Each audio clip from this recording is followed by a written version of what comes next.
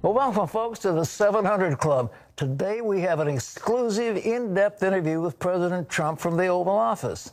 The president spoke candidly with our chief political analyst, David Brody, about a wide range of topics, including the Supreme Court, the pro-life movement, and the upcoming election. What does he think could wipe out religion in America? And what explosive accusation does he make about a former president? You're about to find out. Here's David Brody. On a hot, humid June day at the White House, we greeted the president on the iconic colonnade outside the Oval Office. During our time together, both outside and inside the Oval Office, the president had a lot on his mind. It led to a wide-ranging interview that touched on numerous topics, including the coronavirus, racial tensions, his poll numbers, John Bolton, the Supreme Court, and even accusations of treason against President Obama. President Trump, great to see you again, sir. Thank you very much, David. But the main topic the president was itching to discuss was his fall opponent, Joe Biden, and making sure evangelicals understand what's at stake. If Joe Biden gets elected president of the United States, what does that mean for America exactly? Well, I can tell you what it means for your religion. It means choice. It means that you're going to put a radical lefty on the court, and that's going to be the end of pro-life. It won't even have a chance. So that's what it means. Nobody's been more pro, as you know, you've heard it many times. I think you might have said it yourself, but nobody has been more pro-life as president than I have. If Biden gets in, he's not going to do, because Joe is shot. Somebody, whoever's going to be running the party, is going to put radical left judges on the Supreme Court and all over the court system.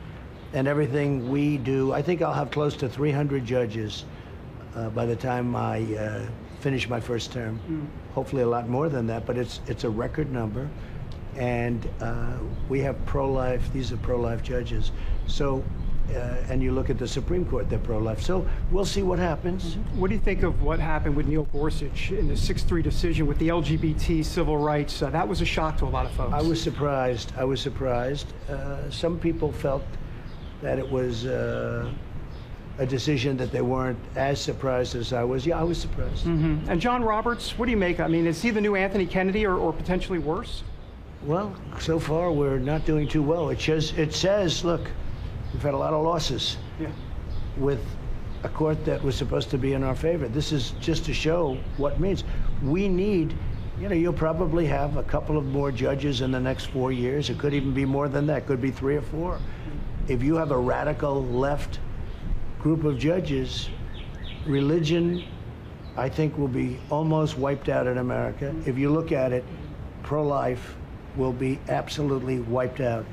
So if you have that happening, pro-life is going to be out. It's going to be gone. What do you make of the state of the race right now? We've seen polls, even some friendly polls, showing you behind. Do you buy any of that?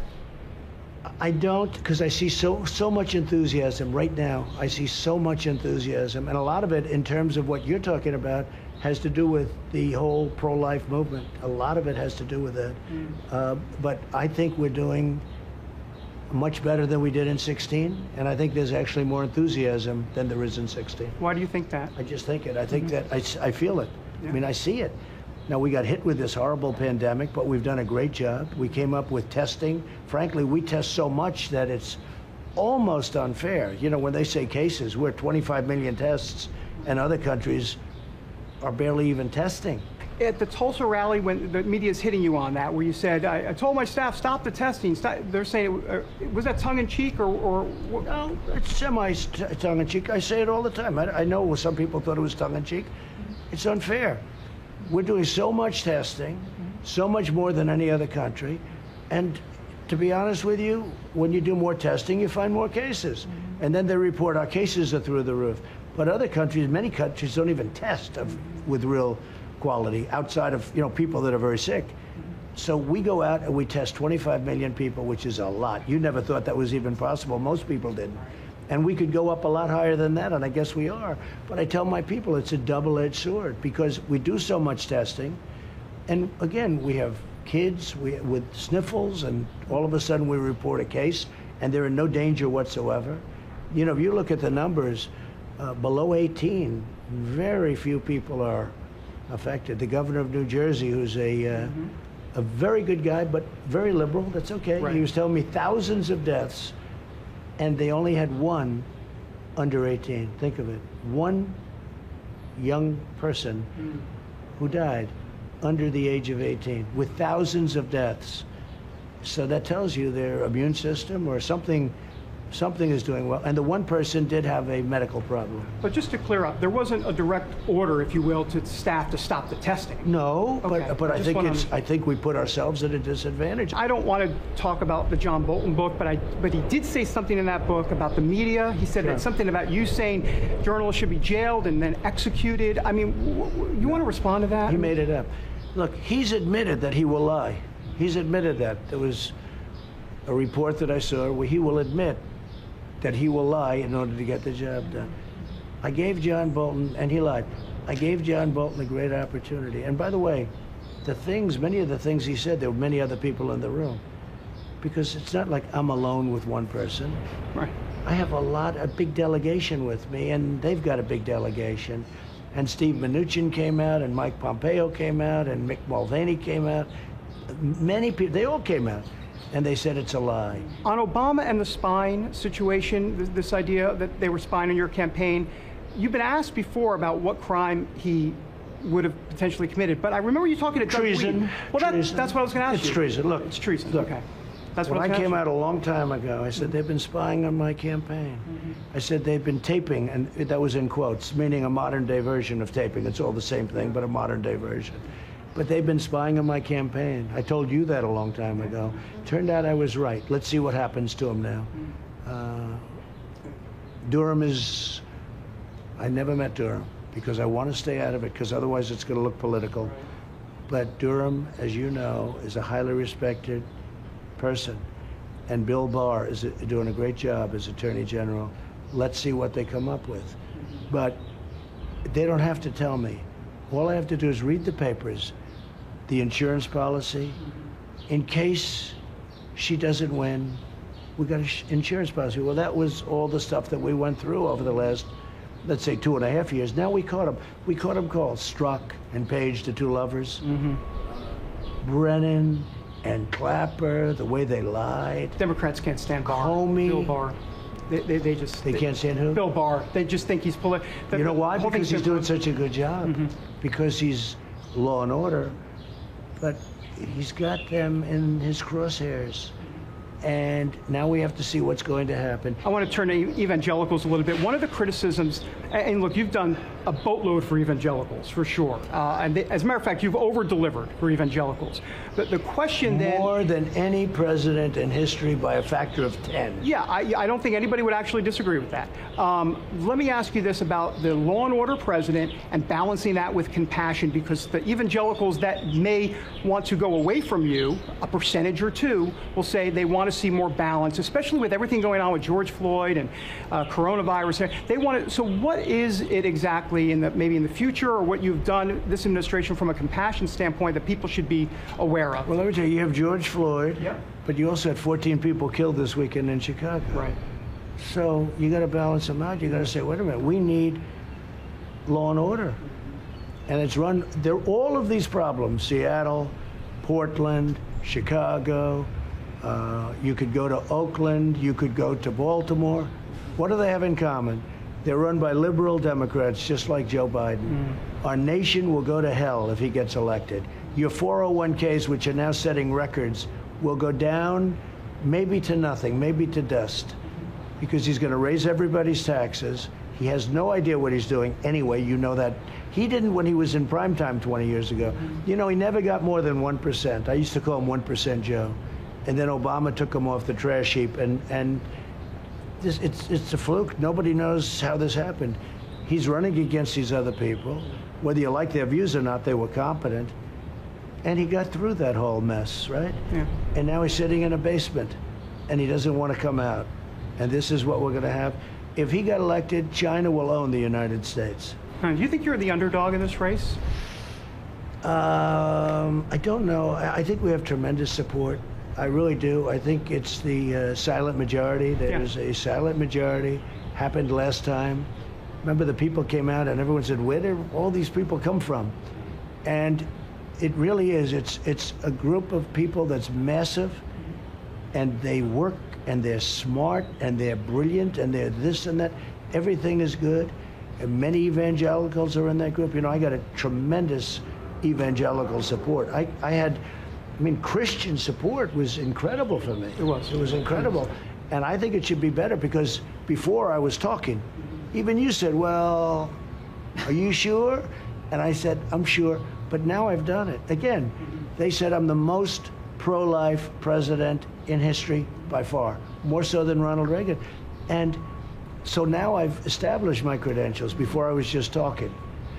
You ought to ask a guy like a Biden, or ask his campaign, give a list of judges, see where they stand on pro-life, see where they stand on it. You will not be able to get that list, because they're going to put an absolute radical lefty in there in the Supreme Court. I want to ask, and other judges. Just on the evangelical front, I've asked Sarah Sanders this, Mike Pompeo, they all give me the same answer. I say, was President Trump put in office for such a time as this? Did God put President Trump in office for such a time as this? I never asked you that question. What do you think? Well, I don't know what they said. They said yes. Okay, because I have had, Ben Carson said the same thing. You know, Ben Carson came to me because he ran a very effective campaign, and he did a good job. He really did. You know, he came in one of the top people, and he said to me, you know you're going to win. I said, Ben, I'm running against you. What are you telling me? He said, you're going to win because God put you here for this occasion. I said, what a lovely thing to say. That was the first one that I heard it from, Ben Carson. And it was during the campaign. I was running against him, and he was saying, I'm going to win. He's a very high-quality guy. He's done a great job in the administration. Do you buy that? Do you buy what he was saying? I almost don't even want to think about it, because you know what? All I'm going to do is, I hope it's true. All I'm going to do is I'm going to do my best, and part of what I'm doing my best on is for the religious community, beyond evangelical. Evangelical is a very big part. It's very important to me.